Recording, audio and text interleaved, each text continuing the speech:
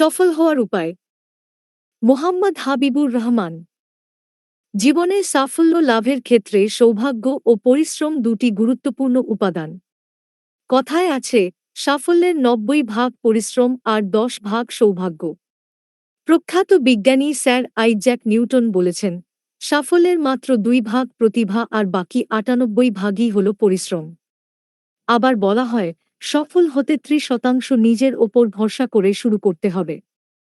৬০% হচ্ছে লম্বা সময় ধৈর্য ধরে লেগে থাকা। আর ১০% হচ্ছে সৌভাগ্য বা টাইমিং। সৌভাগ্য মানুষকে সুযোগ এনে দেয়, কিন্তু সেই সুযোগকে কাজে লাগাতে পরিশ্রমের প্রয়োজন হয়। মহান আল্লাহ পবিত্র কোরআনে ঘোষণা করেন, আল্লাহ কোনো সম্প্রদায়ের অবস্থা পরিবর্তন করেন না, যতক্ষণ না উহারা নিজ অবস্থা নিজে পরিবর্তন করে, অর্থাৎ সাফল্য অর্জনের জন্য নিজেদেরকেই অগ্রগামী হতে হবে, যেখানে পরিশ্রমের বিকল্প নেই। সাফল্যের পেছনে পরিশ্রমের অবদানের পাল্লা বহুগুণে ভারী। আর সফলতা তাদের কাছেই ধরা দেয়, যারা শুধু সৌভাগ্যের ওপর ভরসা না করে কঠোর পরিশ্রম সাধন করে এগিয়ে যায়। কঠোর পরিশ্রম সৌভাগ্যের দরজা খুলে দেয়। আবার সৌভাগ্য পরিশ্রমীদের কাছে এলে সে কাজে লাগাতে পারে।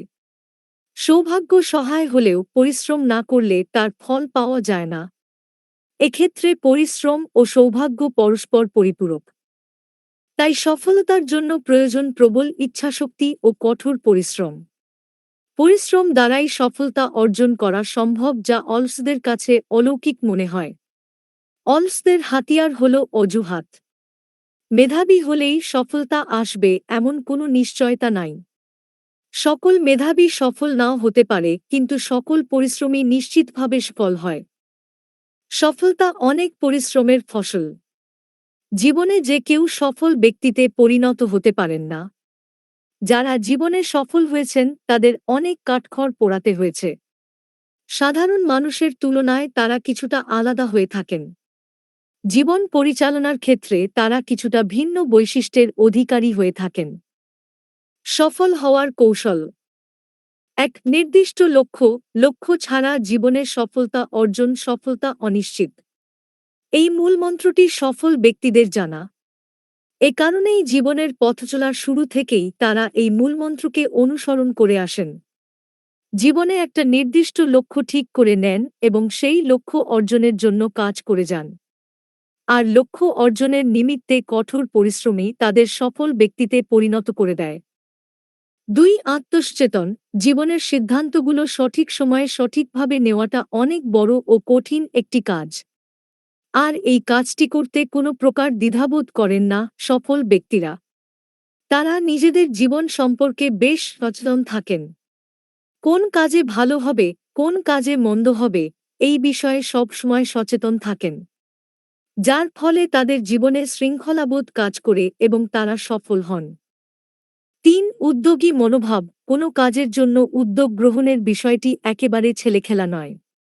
পৃথিবীর সব ব্যক্তি উদ্যোগী হতে পারেন না। অনেকেই এই বিষয়টিকে খুব ভয় পান।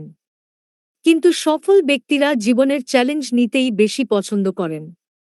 আর এইজন্য উদ্যোগী মনোভাবেই নিজের কাজ এগিয়ে নিয়ে যান এবং নিজের আত্মবিশ্বাসের কারণে তারা সত্যি সত্যি একসময় সফল হন।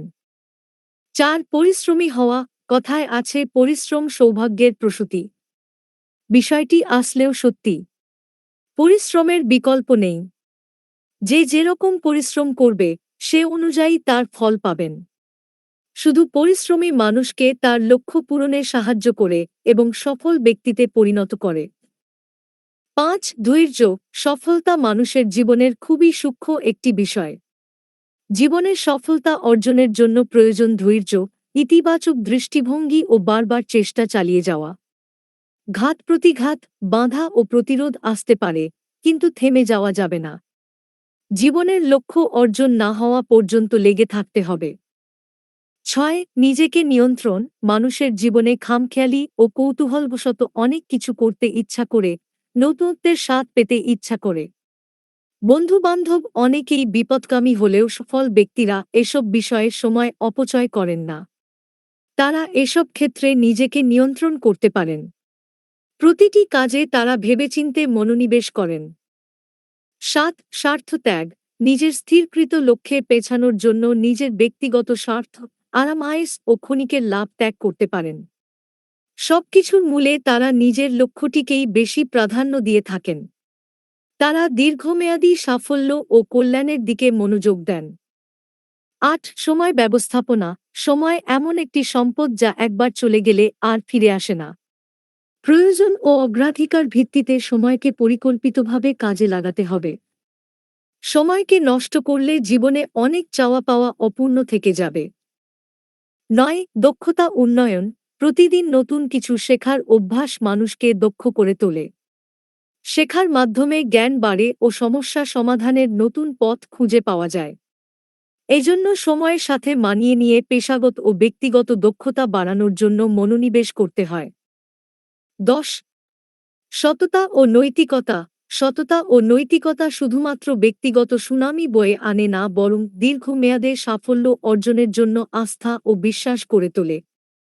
গুরুজন ও পিতামাতার দোয়া জীবনে সাফল্য অর্জনে বড় পাথে হিসেবে কাজ করে। নৈতিকতা চর্চার মাধ্যমে অর্জিত সাফল্য টেকসই হয়।